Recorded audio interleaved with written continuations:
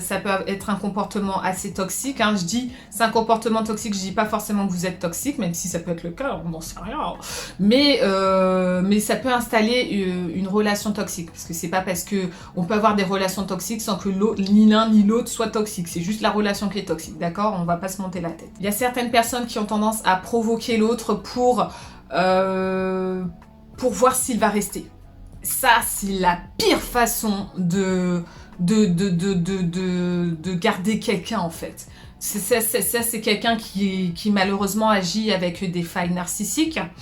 On en a tous des failles narcissiques, je tiens à vous rassurer, mais celle-ci est particulièrement toxique à partir du moment où vous allez pousser l'autre personne dans des limites, ou dans ses limites, pour savoir si cette personne-là est prête à rester dans cette relation avec vous jusqu'au bout. Et à partir de là, on rentre dans un délire pas très sain, vous voyez, un délire où vous faites ça malgré vous, hein. Vous faites ça sans vous en rendre compte, c'est inconscient, encore une fois, on est dans un état de survie, on est dans un comportement de peur de la solitude, donc pour ça, on a besoin de se rassurer, et ce qui va vous rassurer, c'est de voir si cette personne-là, quand vous la poussez à bout, quand vous essayez de la rendre jalouse, quand vous lui dites oui, si ça se passe comme ça, je vais partir, je me casse, ou faire croire à la personne que vous cassez justement, ouais, c'est bon, je casse, ou j'ai rencontré quelqu'un, ou voilà, insinuer des choses qui vont énerver la personne, qui vont la titiller juste pour voir si elle vous aime vraiment. Ce type de comportement là, c'est bullshit, non, c'est vraiment,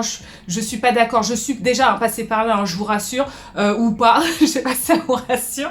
On s'en sort les gars, on s'en sort, je vous le dis, on s'en sort. Non mais vraiment, moi-même je suis déjà passée par là, hein. J'ai eu de grosses failles narcissiques, mais le truc c'est qu'il faut les identifier, ces failles narcissiques les gars, pour pouvoir justement sortir de là et se dire non, en fait ça, ce qui m'a amené à faire ça et agir comme ça, c'est des comportements de peur les gars, c'est des comportements de peur, c'est notre cerveau qui est dans un état de survie, c'est notre ego qui est dans un état de survie et qui va nous dire voilà, qui va penser, qui va nous laisser croire que agir comme ça va nous permettre de voir si la personne nous aime vraiment. Ne vous inquiétez pas, si elle est là avec vous, normalement c'est qu'elle vous aime, et si elle est sincère bien sûr, d'accord?